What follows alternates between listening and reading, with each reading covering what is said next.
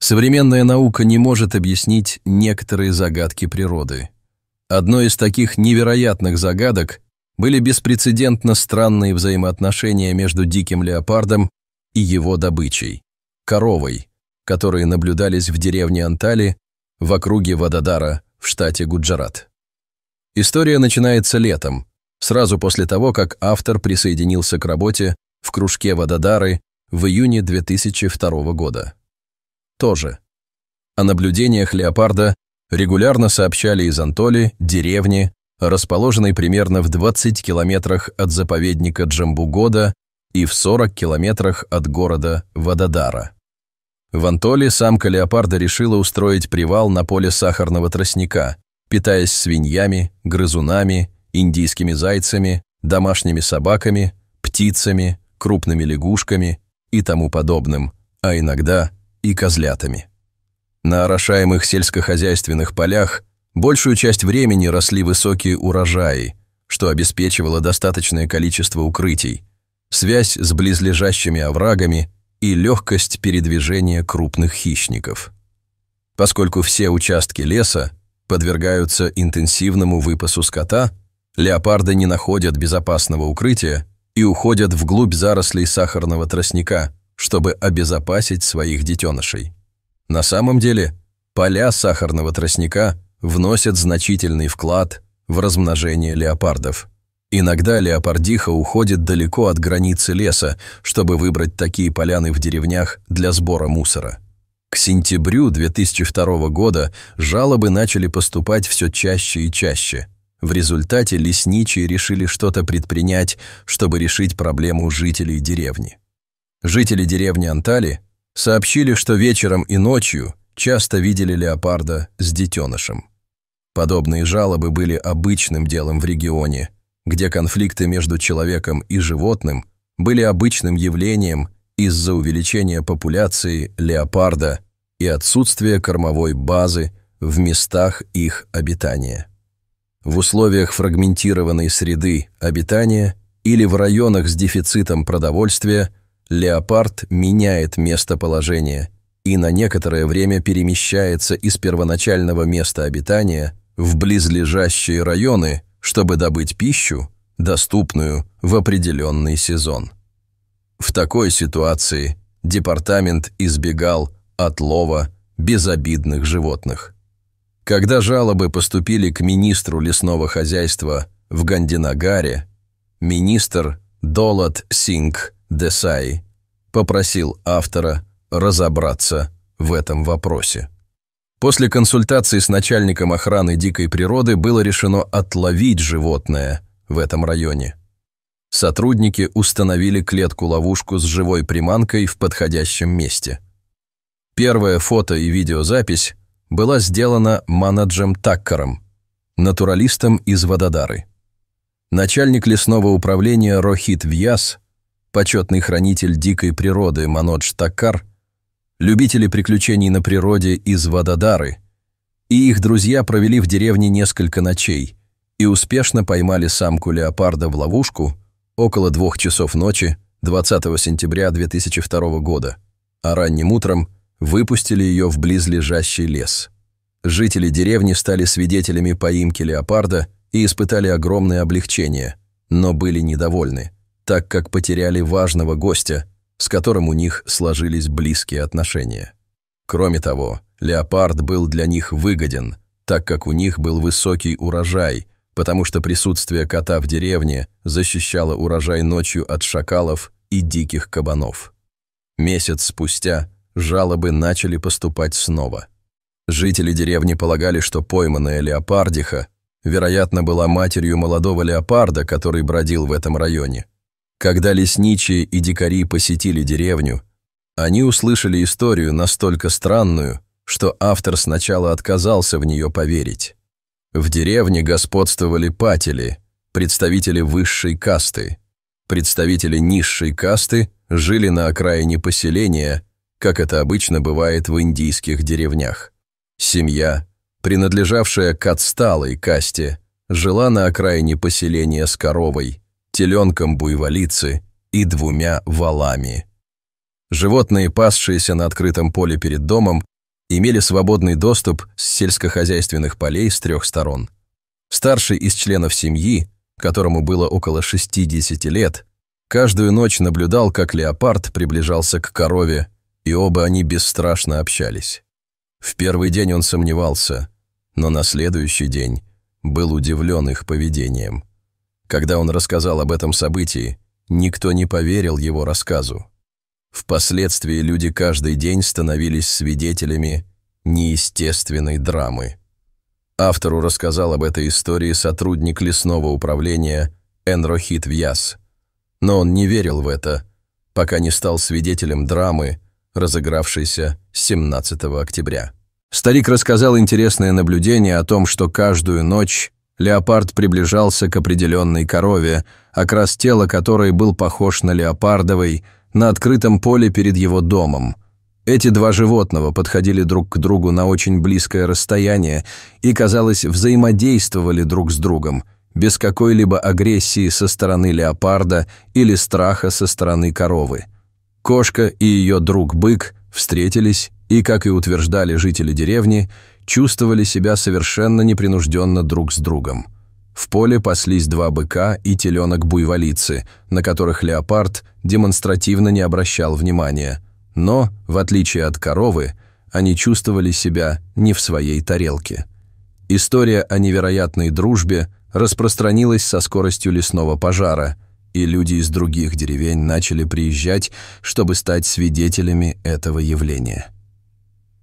Крыша соседнего дома Пука была лучшим местом для наблюдения за 2 странными друзьями. Люди говорили, что могли бы приблизиться к ним на расстояние менее 10 метров, если бы не включались вспышки фотоаппаратов. Любители дикой природы и фотографы начали регулярно посещать деревню. Были сделаны фотографии, и о случившемся было сообщено лесным властям.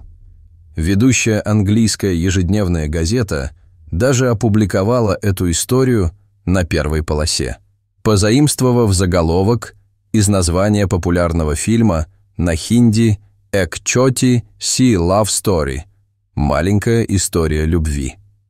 Но всех эта ситуация не совсем устраивала. Старейшины деревни не боялись кота, но беспокоились, что он может причинить вред ребенку в случае встречи с ним в темное время суток. Они не хотели, чтобы ему причинили вред, но, безусловно, хотели, чтобы его забрали. Люди в Дели также начали расспрашивать своих репортеров о новостях, но полная правда так и не была опубликована, за исключением статьи, написанной автором в журнале Sanctuary Asia, выходящем в Мумбаи. Команда новостного канала потратила целую ночь на съемки драмы, но кот не предоставил никакой возможности. Деревня стала знаменитой. Люди не боялись леопарда. Несколько человек, в том числе главный смотритель дикой природы Прадип Ханна, посетили деревню и стали свидетелями странного поведения леопарда в этот период. Департамент лесного хозяйства решил отловить его, установив в деревне клетки. Как раз в тот момент, когда эта история привлекла столько внимания, леопард исчез примерно на неделю. Однако, когда он вернулся, натуралисты были уже под рукой, чтобы запечатлеть их отношения на пленку. Каждую ночь, обычно между 9:30 и 11:00, леопард приближался к корове с окрестных полей. Корова обычно поднимала уши перед появлением кошки, по-видимому, обнаруживая ее присутствие на расстоянии. Деревенские собаки тоже лаяли, оповещая о скором появлении леопарда. И когда он появлялся, кошка сначала издали осматривала окрестности, затем подходила к корове поближе, терлась о нее телом и осторожно садилась рядом. Временами было слышно, как корова издает низкий булькающий звук, который трудно описать, но, несомненно, он носил покорный характер. 2 животных часто игриво подталкивали друг друга головами. Однажды корова, казалось, разозлилась и даже сильно толкнула леопарда рогами. В ответ на это леопард просто придвинулся ближе и возобновил свое бульканье. Иногда корова лизала кошку в голову и шею. Действительно, многим наблюдателям казалось, что корова ведет себя по отношению к леопарду так, как она ведет себя по отношению к собственному детенышу. Иногда леопарду, все еще проявляющему свою подозрительность, становилось неуютно среди людей, в том числе фотографов, и он забирался в укрытие в поле. Все ночные бдения показали, что 5-6 походов за ночь были нормой, и в одну из ночей она возвращалась не менее дюжины раз. Кроме того, если вы еще этого не сделали, пожалуйста, подпишитесь на наш канал и нажмите на колокольчик уведомления, чтобы каждый день получать вдохновение от этих историй о животных. Теперь вернемся к рассказу. Автор провел несколько ночей, наслаждаясь происходящими там странными вещами. Однажды вечером он добрался до Анталии в 9 часов вместе с Рохитом Вьясом, Манаджем Таккаром, Тадхви, РФО и другими людьми. Он установил свою камеру в хижине, где спал старик. Его стул в хижине находился примерно в 10 метрах от того места, где сидела корова. Корова была молодая, хорошего роста, красновато-коричневого окраса с белым брюшком. За исключением черных пятен на леопарде, окрас коровы не сильно отличался от окраса большой кошки. Автор ждал в хижине больше часа, и старик начал храпеть, хотя спал крепким сном. Мужчина наблюдал за поведением леопарда около 2 месяцев и знал все. Перед сном он сказал, что леопард обычно приходит около 10 часов, но иногда и раньше. Когда мы заняли свою позицию, отключилось электричество. Через некоторое время произошло какое-то движение, и мы увидели, что леопард просто сидел рядом с коровой, когда вспыхнул фонарик. Леопард ушел в темноту. Свет вспыхнул в направлении, которое обычно выбирал леопард для прибытия. Автор увидел большого кота, сидящего на куче рисовой травы. Один из 2 быков был привязан между коровой и кучей риса, где леопард удобно устроился. Поведение быка было иным. Он продолжал стоять, внимательно и тяжело дыша, глядя на леопарда. Большая кошка просто проигнорировала внимательные действия быка, который продолжал стоять в напряженном настроении. Для быка леопард был нежеланным и опасным, хотя он и не был таким агрессивным, каким обычно становится бык в присутствии леопарда. Возможно, после наблюдения за поведением 2 друзей бык стал меньше бояться. Корова продолжала бесстрашно сидеть, леопард снова приблизился к корове, потерся о ее тело и сел рядом с ней так, как обычно теленок садится рядом со своей матерью.